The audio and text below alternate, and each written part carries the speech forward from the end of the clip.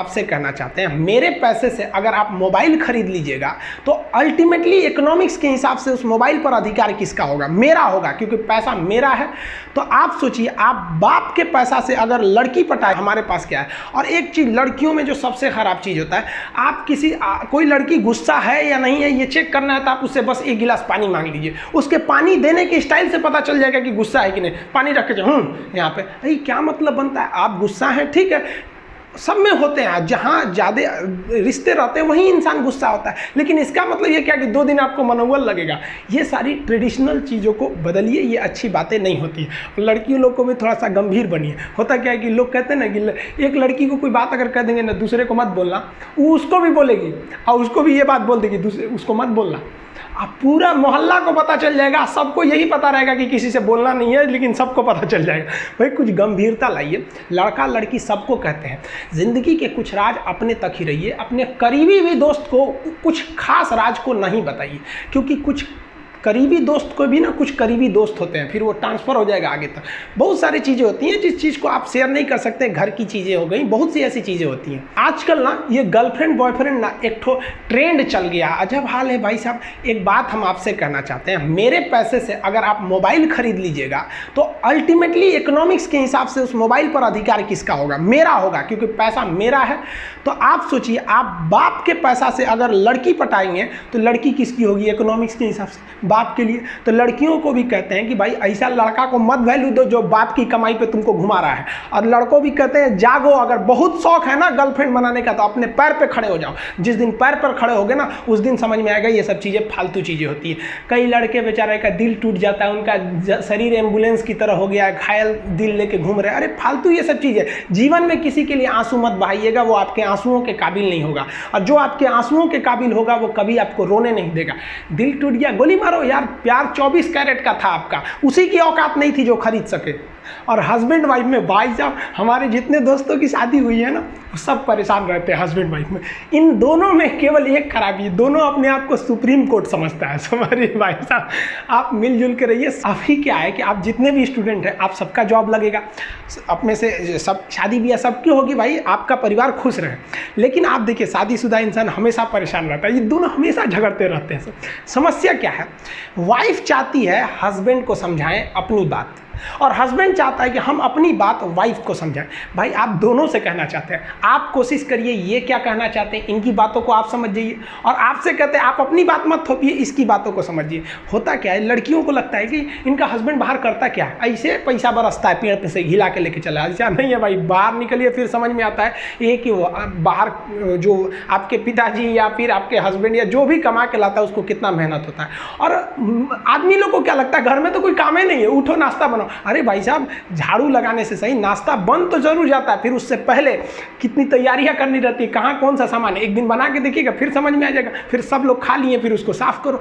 सबका अपने अपने चीज़ जगह काम होता है।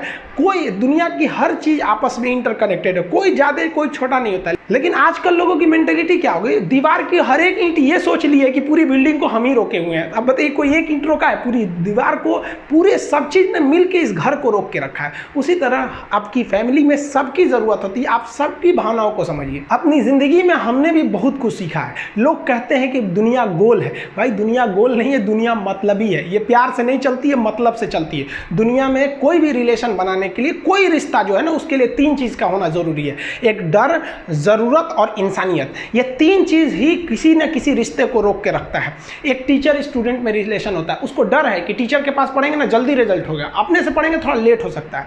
ज़रूरत भी है उसे कामयाब होने के लिए, और इंसानियत तो बहुत है भाई। टीचर और स्टूडेंट का रिश्ता जो हमेशा जो बना रहता है वो तो इंसानियत के लिए बना रहता है। वरना अगर आपकी नौकरी हो गई तो आपका डर खत्म, ज़रूरत खत्म, तो आगे रिश्ता कौन रोक के रखता है? इंसानियत। तो दुनिया में किसी रिलेशन को बनाने के लिए 3 चीज़ का होना ज़रूरी है। इंसानियत जिसमें सबसे बड़ी चीज़ होती है। और इस दुनिया में ना, इस दुनिया में बहुत सी भाषाएं बोली जाती है। इन सारी भाषाओं में सबसे मीठी भाषा होती है मतलब की भाषा। अगर आपसे कोई बहुत मीठा बोलने लगा ना, समझिए कि कहीं ना कहीं मतलब छुपा है। मतलब की भाषा बहुत होगी यहाँ पे। लेकिन ये ज़ुबान जो है ना, आजकल बहुत खतरनाक हो गया। कभी कभी देखते होंगे कुछ लोग आपके गलत बात का भी जवाब नहीं दे पाते हैं। तो जवाब देने भाई साहब सबको आता है, बीच में माँ बाप का संस्कार चला आता है, और संस्कार बहुत चीज़ होती है। संस्कार यदि आपके अंदर है तो सब कुछ हारने के बाद भी आप जीत सकते हैं, और अगर संस्कार की जगह अहंकार आ गया ना तो जीता हुआ भी चीज़ों को हार सकते हैं।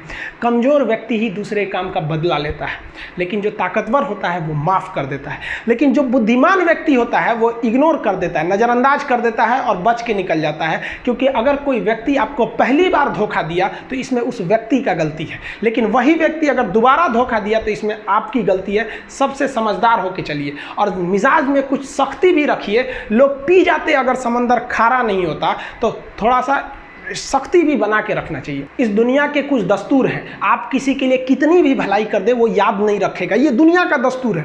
और आपकी गलती को कोई भूलेगा भी नहीं, इसे आप बुरा नहीं मानिए, ये दुनिया का दस्तूर है, इसे आप चेंज नहीं कर सकते। जैसे सूरज पूरब से निकलता है वैसे ही ये चीज़ें होंगी। लेकिन हम आपसे कहते हैं, आप दुनिया में आज कई लोग होते हैं दूसरे को लगते हैं सिखाने, आप क्यों दूसरे को बार बार ज्ञान देने लगते हैं? आप अपने आप को क्यों ज्ञानी समझने लगते हैं? दूसरे को सुधारने की कोशिश मत कीजिए, बल्कि खुद सुधरिए। आपके सुधरने से हो सके कि पृथ्वी से एक बुरा इंसान सुधर जाए। आप समाज में जहां भी रहेंगे तो आपके पास बहुत सारे लोग आएंगे, कुछ गलतियां भी करेंगे, कुछ अच्छा काम भी करेंगे। जब भी किसी की प्रशंसा कीजिए तो पूरी महफिल में कीजिए कि ये व्यक्ति ने अच्छा काम किया।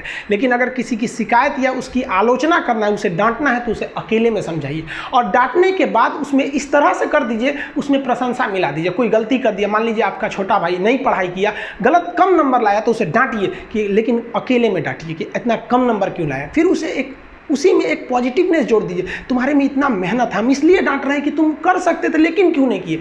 मतलब आप केवल इसे निगेटिव मत बोलते रहिए। और किसी भी रिश्ते को अगर बिगाड़ना है ना, चाहे कितना भी गहरा रिश्ता क्यों ना हो, उसकी कमियों को डेली कोंचते रहिए। तुम ये किया, तुम ये किया, तुम ये किया। यार दुनिया का कोई रिश्ता चौपट हो जाएगा। गलतियाँ सबसे हो जाती हैं, लेकिन दोबारा गलती नहीं होना चाहिए। जब भी किसी की आलोचना करिए तो उसमें एक छोटी सी प्रशंसा जोड़कर ही उस आलोचना को खत्म कीजिए कि शुरुआत तो डांटने से किए थे, बाद में उसका हौसला बढ़ा के हंसी मजाक में उसे निकाल दीजिए। बीच बीच में उसे फिर एहसास दिलाइए, लेकिन बार बार कमियों को नहीं।